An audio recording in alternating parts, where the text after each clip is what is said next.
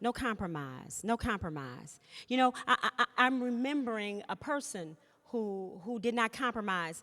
And it's interesting because she was hated by the church and she was hated by the world. Mahalia Jackson. Y'all remember Mahalia Jackson? Mahalia Jackson. Mahalia Jackson was a wonderful singer, a powerful singer. And when the producers and the recording artists and the executives in the music business tried to get her to do secular music, she did what? She refused. And people were always saying, but you can make so much money if you would sing the blues. And she said, I don't want to sing the blues. Come on, somebody. You can make so much money if you would just sing jazz. You can make a lot of money. You could be wealthy. You could do this and you could do that. Mahalia said no.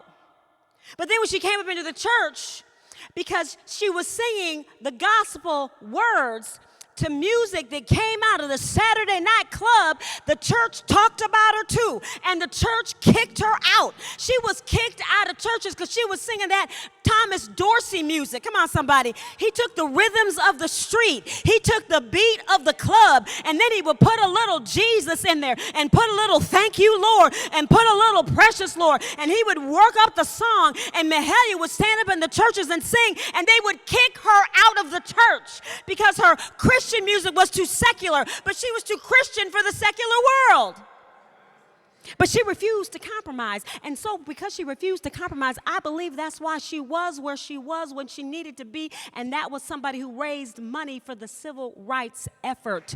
When they were getting low on money, Martin Luther King would call up his friend Mahalia and say, Mahalia, can you do a concert? Mahalia, can you sing and raise some money? And Mahalia would take that great voice that could produce records, that could make money doing blues or jazz. But instead, she sang the songs of the Lord, and she raised money for the civil rights era because her two words were no compromise, no compromise, no compromise. She wouldn't give in. She wouldn't give up. She wouldn't give over, and she wouldn't compromise.